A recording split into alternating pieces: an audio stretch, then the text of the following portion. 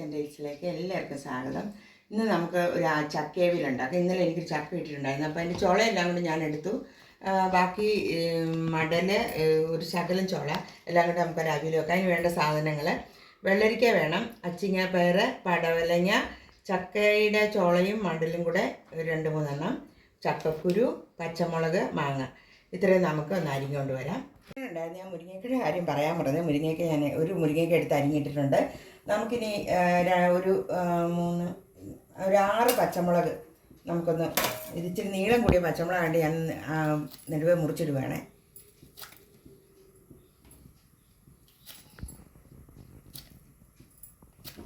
പിന്നെ ഒരു 2-3 തണ്ട് കറിവേപ്പില, ഇച്ചിരി മുളക് പൊടി, ഒരു 1-1.5 സ്പൂൺ മുളക് പൊടി,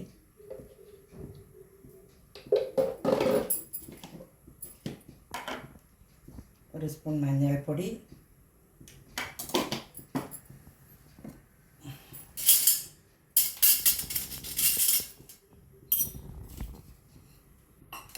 ഒരു സ്പൂണോളം ഉപ്പ്.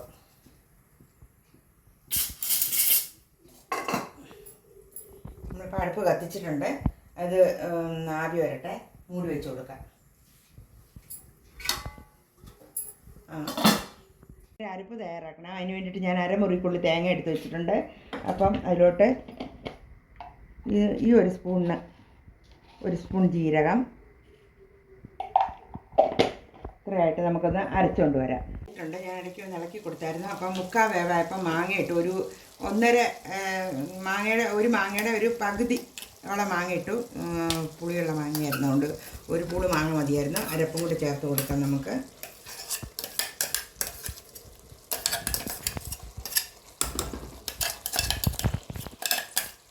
മിക്സി കഴുകി ഒരു ശകലം വെള്ളം ഒഴിച്ച് കൊടുക്കാം.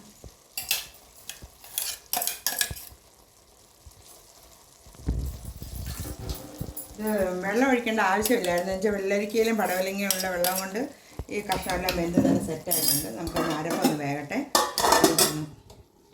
ചേർത്ത് നമ്മളൊന്ന് ഇളക്കി കൊടുക്കാം. ചേർക്കാം.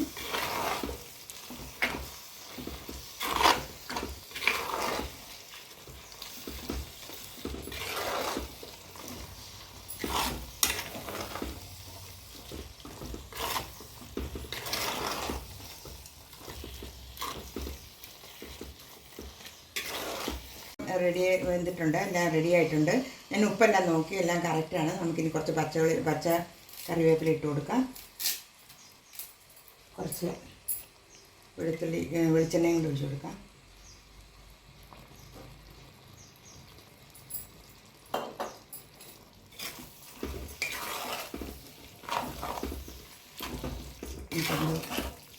ഒരു പാത്രത്തിലോട്ട് മാറ്റാം.